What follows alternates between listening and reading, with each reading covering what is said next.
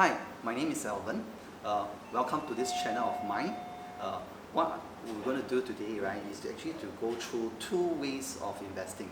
One way is dividend investing. The other one is growth investing. Okay. Before I start this, what is really dividend investing? Okay, dividend investing, right, is basically a type of investor that they consistently draw money from their big pot of money. Okay.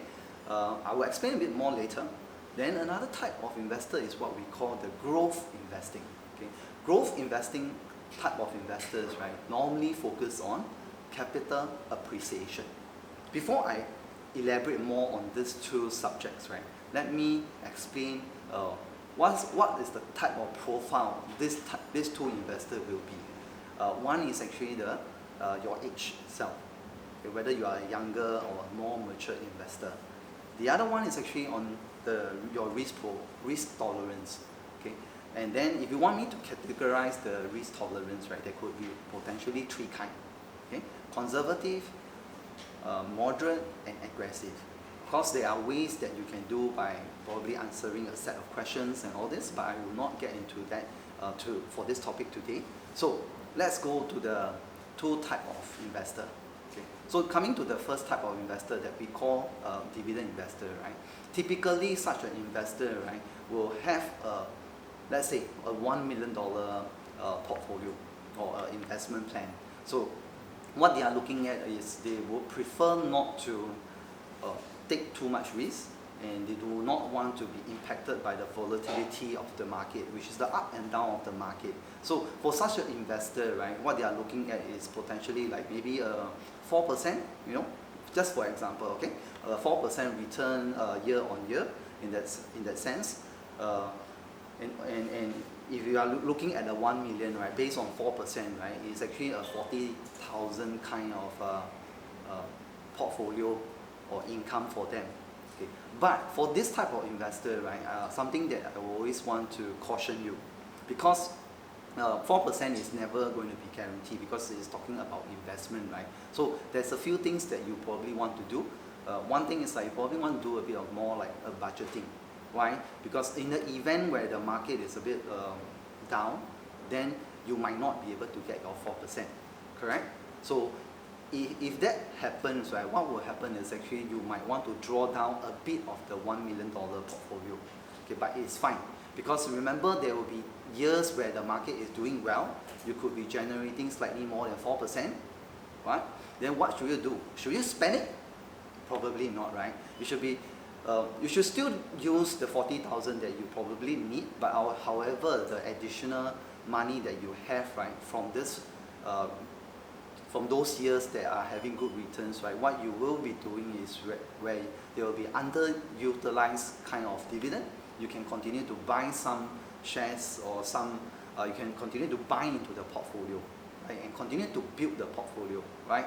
Because if you continue to build the portfolio, the $1 million will potentially be maybe, you know, X amount, maybe 1.1, 1.2, and then you continue to grow. Okay, and then for such instance, right, why I will suggest you to do this is really because that two things maybe you can do with the money. One, it can potentially be in an inheritance format that you can give to your family members. Secondly, assuming you don't have a child, you can put this money into what people always do is like charity activities, right? So end of the day, it's like when you have that money, I would highly recommend you, right, to create a legacy for yourself. Okay. Coming back to the growth investor. Okay. Remember, growth investor, what we are looking at? We are actually looking at capital appreciation. Means year on year, based on our annualized return, right? We want to increase. We want to have a steady flow. Okay. Let's assume this investor, most of the time they are early in their investing. Why do I say that? Assuming you are not a dividend type of investor, right? What you are looking is from a growth investor, gradually you will transit yourself to dividend. Okay, but for you to do that, right, what will happen is you need to have a $1 million. Okay? However, not most people can save $1 million in their lifespan. Right? Let's say you are going to work for 30 years.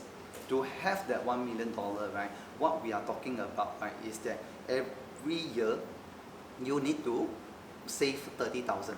or 30 or like 3333 like in a sense, let's put it at 30,000, and be able to consistently save 30,000 a year, right? It is very difficult. Am I right to say that? So let's put another scenario. Okay, what if you can put $800 into that portfolio every single month for the next 30 years? Okay, and based on a probably very conservative kind and maybe a hypothetical kind of scenario, that the portfolio give you an annualized return or a compound interest of 8%. What will happen is, right, you will actually be putting in close to 300,000 for that 30 years.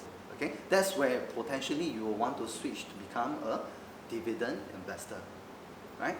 But again, is a few things to take note as a growth investor. Okay, typically for a growth investor, right, it is very good for them if it is the beginning of a bull market, right? But remember, in investing, right, it is always about managing your risk, right? You may think that as a capital appreciation, right, it's like every time I want to be aggressive, right? Don't do that, okay? Because there is always, in the sense, the preferred moment for one to become a growth investor. Okay, it works well, but doesn't mean it's all the time. There's nothing in investing. There's nothing that is 100%. So, do not focus on the return. Focus on the downside. Okay, because you are young in your investing, right? One thing that you need to take note. Okay, start something small, and then learn along the way. Okay, because what will happen is you will, over time, you will learn the mistake that you take. You will start to read more, and then get better in your game. Okay? But the most important question, right, is to take the first step, because that is the hardest step. Okay? The hardest step to take, right, is always from 0 to step number 1. So I highly encourage you, okay, to really educate yourself. Maybe if you are watching at this point of time, I will probably hope that you will like the video, probably share the video if this is helpful to you, and of course subscribe. Because if you do learn something, I hope that you can subscribe and then turn on the notification. Why am I sharing this with you, right? Very simple. For me, a lot of people ask me which method that I should use, right? Which is the best method? Is it dividend? Is it capital appreciation, or which is a growth investor? Okay. If you ask me, right, there is no such thing as which is the best. Okay? There is only one thing, that what will make you comfortable, what will make you happy and be able to sleep well when you are investing in either methods. When I was young, right, in my early 20s, right, the moment I collect my first paycheck, right, I basically go from a very aggressive kind of format, because I think that I got a slightly longer time horizon. Okay? But now, when I'm in my 40s, right, I have acquired a certain level of competency and certain level of wealth, right? I will potentially look into trying to generate dividend from my portfolio. However, because now I have a young daughter, which is 7, right? So I put it upon myself, right, to continue to become a growth investor. Okay, so why? Because she's 7, she will have 20, 30 years type of investing horizon for her. So that is why for me, what worked best for me now, right, is it is having 2 type of investing strategy. So I hope this gives you a better idea of my own journey, and at the same time, I hope that these 2 type of investing method, right, will help you moving forward from this video. So thank you for watching at this stage. Do like the video, do share the video, do comment also below so that I can answer your question. At the same time, subscribe and turn on the notification bell. Okay, see you. Bye bye, guys.